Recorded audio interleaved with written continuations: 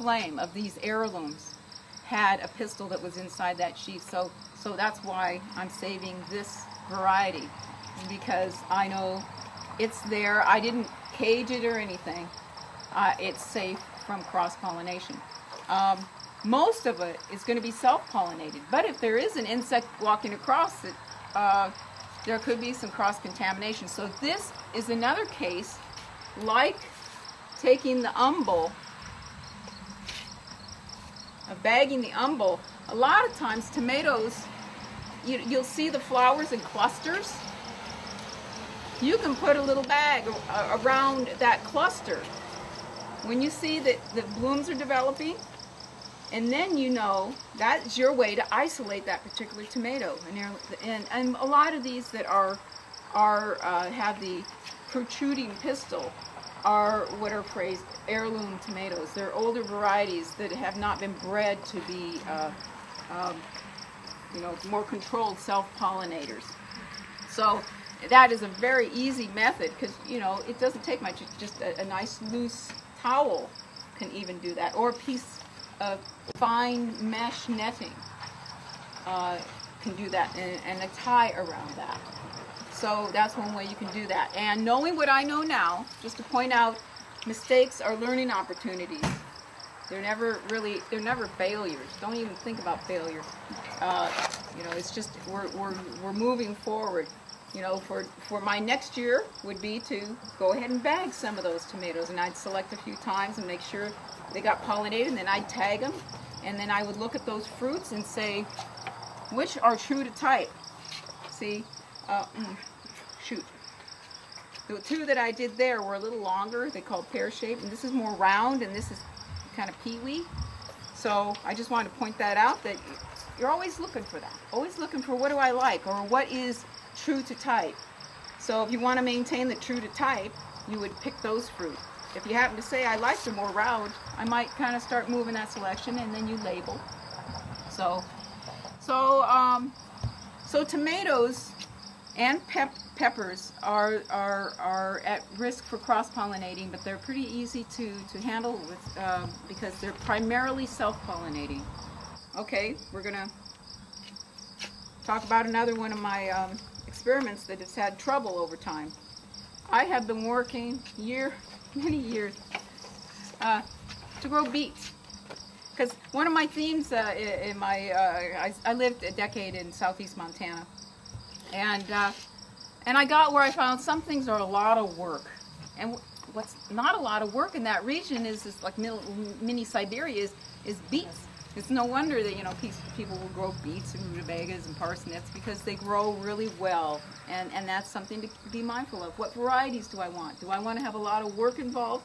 Do I always, if I want a sweet potato, I need to start early and hope that the frost doesn't come too early, because their season's short, and I didn't even bother in southeast Montana. It just wasn't going to be.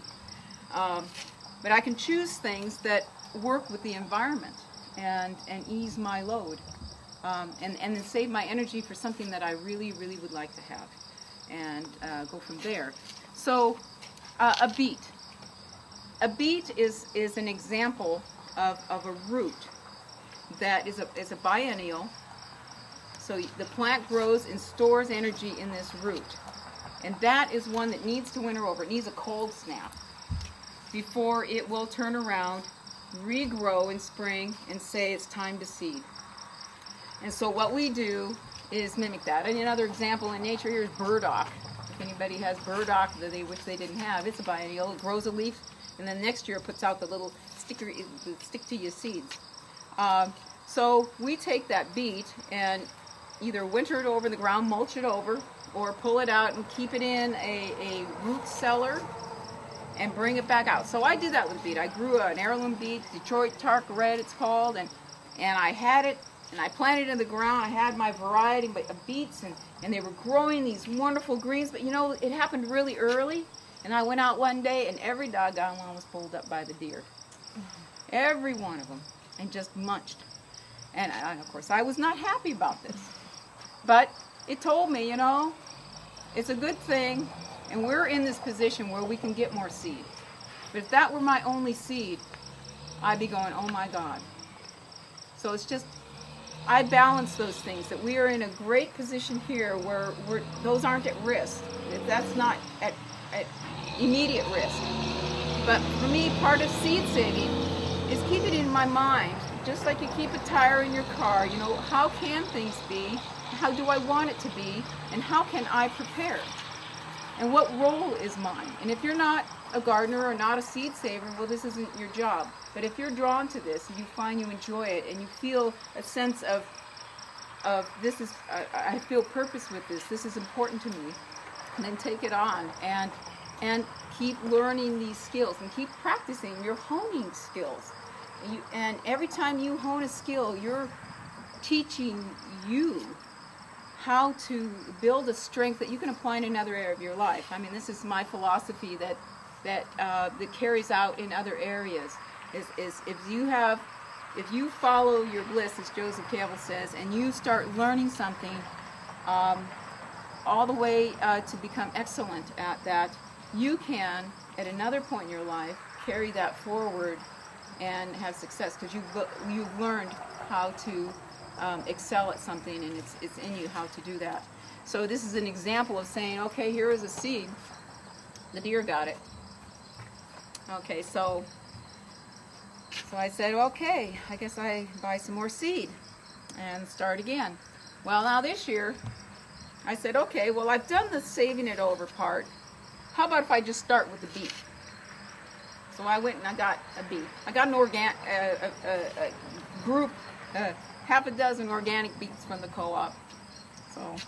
So I was jumping ahead, and I said, okay, here's some good beets, and I don't really know what variety, but I want to just see what it's like to actually save beet seed, because I don't really know what it looks like. Is it going to be like the radish and really hard to handle, or is it going to be an easy one like the carrot?